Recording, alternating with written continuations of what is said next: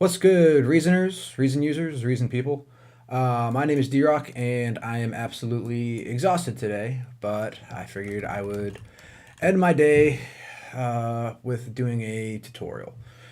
So yeah, this is going to be on multi-sampling inside of Kong.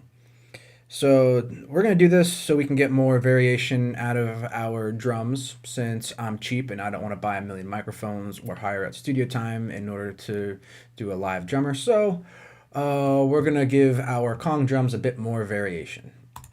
So as you can see right here, I've got a Room Classic snare and I'm varying the velocity. So this would be probably the first step you would do in order to vary drums, but sometimes that's not quite enough. If you listen here, this is just a single sample played at the various velocities. It's not bad. I mean, we get some volume changes and stuff, but to get a bit more a bit more of a human feel, we can do multi-sampling, where in this case the velocity is going to trigger individual samples. You can see right here I've got 3 from setup. So if you listen to this, way more lively. Let's just do like a straight up A/B comparison.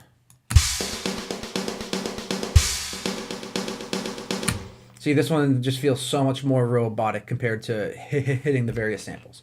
So, all right, how do you do this? Let's start from scratch with just some blank old drums. Okay, so I'm gonna grab 3 drum samples to work with. So number 1, let's see, number 2, and we'll jump to this one because that's kind of like a what are those things called? Like a rim shot or whatever.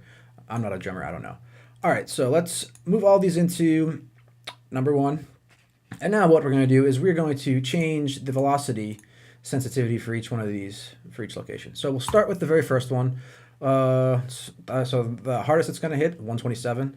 And the least amount it's going to hit, we're going to do like 80. Perfect.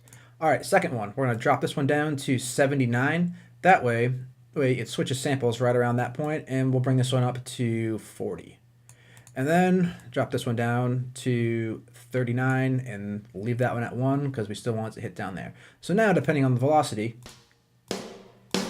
we get one of these 3 samples. And if I did it right, let's check it out here. Let me move those back down. Cool. And let's give it a listen.